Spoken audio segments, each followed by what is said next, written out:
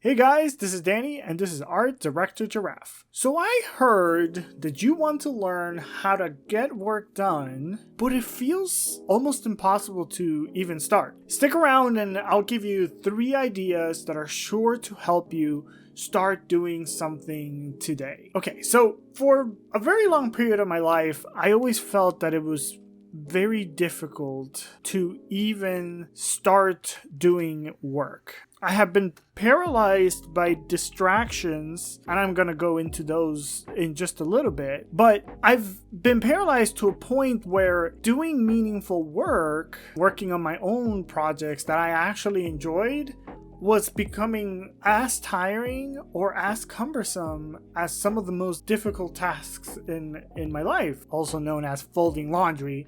You know who you are. But I found that one of the biggest reasons for that is something that we're going to call today resistance. In a book by Steven Pressfield called The War of Art, he focuses strongly on the idea of resistance. It's this force that pushes back whenever you're trying to do anything meaningful with your life. It's almost like a compass. Whatever resistance is stopping you from doing, that is what you should be doing. Now, the book itself, The War of Art, is a good book when it comes to the philosophy of those ideas, but I would say I've found more practical solutions to those problems by other authors. The book that I specifically love is the book Atomic Habits by James Clear. He gives us ideas that are so helpful in actually breaking through resistance before we can be able to do meaningful work. It's a great book, and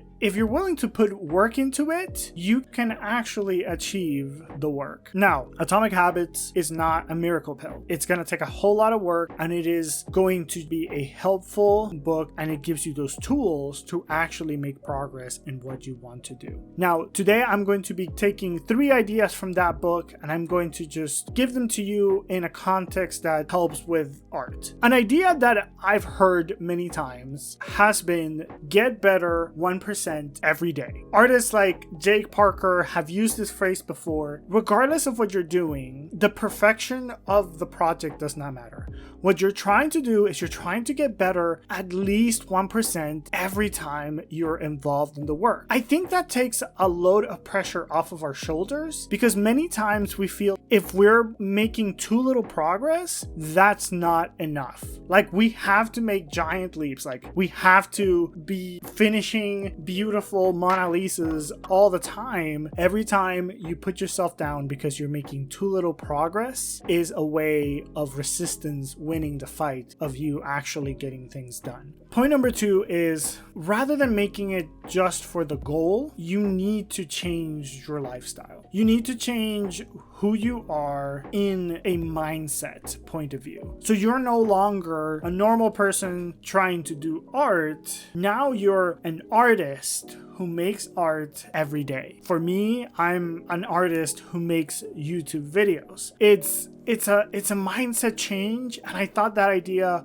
was really good, because I think many times we need to change in our minds, where it's not me, Danny, trying to eat healthy. It's me, Danny, a person who eats healthy. And I think that idea is just great, very powerful. And I think if you're able to internalize it, I think it's one of those ideas that I'm still chewing on, but it's really been something that touched me. Number 3, I'm not going through all the points in the book, but I would certainly recommend giving it a read. The last point is probably the one I have the most fight with, and that is the constant battle I have with distraction. The book talks about not only how to gain good habits, but it also talks about getting rid of bad habits. I've struggled my whole life with distraction, honestly.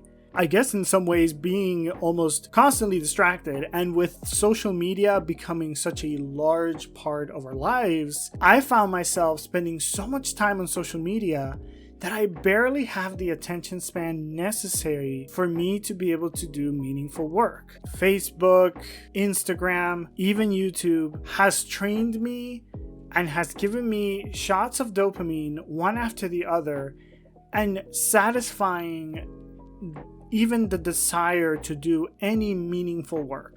it trains our mind to have the most excitement without actually having any control over like who we are when we're doing it. So let's say if I'm looking at Facebook, I'm getting all I need and I have no reason to actually put any effort on anything. I'm getting satisfaction from maybe likes, I'm getting satisfaction from watching funny videos, I'm getting satisfaction from seeing my friends and family succeed, but I myself, I'm just experiencing those things through other people rather than experiencing myself. So it stumps us and it stops us from doing what we need to do. So what I've tried to do is I've tried to cut out the mindless scrolling and replacing it with a more mindful approach. One of the first things that I've done in the times that I want to do work, I set a timer and I put my phone away. So I usually just set a Google timer with 20 minutes on it and I put my phone away, I hide it, I put it somewhere away from me so I can get meaningful work done without that distraction being close to me. So what I do is I take it out of the equation, I put it somewhere else. And when I do that, I get so much work done. I just put it away. One of the things that I would say is maybe even give it to a friend, a spouse, or just somebody who's around you. You can give your phone to them and say, hey, I need to get work done for the next hour. And here, have my phone. I'll be working on this. There's 20-minute increments is kind of a pretty good place to be. There is a specific method. It's called the Pomodoro method. It's a method that pretty much uses 20-minute increments. If you want to look into that, it's a really helpful way of learning how to like control those work hours. You're training your mind to not just be satisfied in social media or distractions, but you're training your mind to actually be satisfied in the work. Now, some helpful apps that I've found. I've got 3 apps that are pretty good at giving some accountability. Number 1, it's called Stay Free. This app helps simply tell you like how much time you're spending on apps, and you can put limits that tell you, oh, you spent too much time on this app today. So let's say I have it specifically on my Facebook and on my Twitter, and what it does is it tells you, oh, you've been scrolling it for 10 minutes.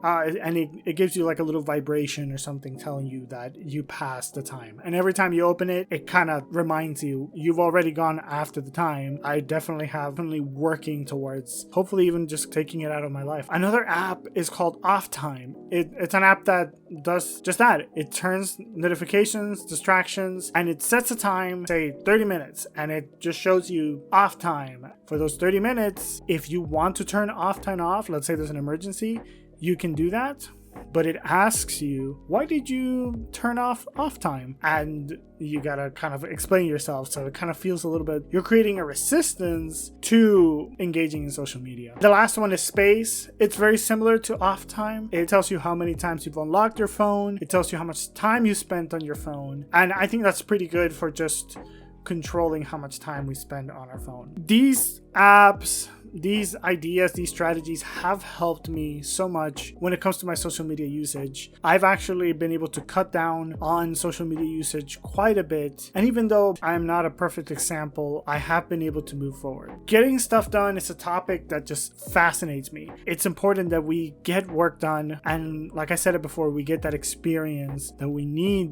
to actually learn. Thanks for sticking around. I have a question for you. What is a pro tip you have that helps you get work done? And if you have a minute, you really need to get started on gaining experience and studying the fundamentals.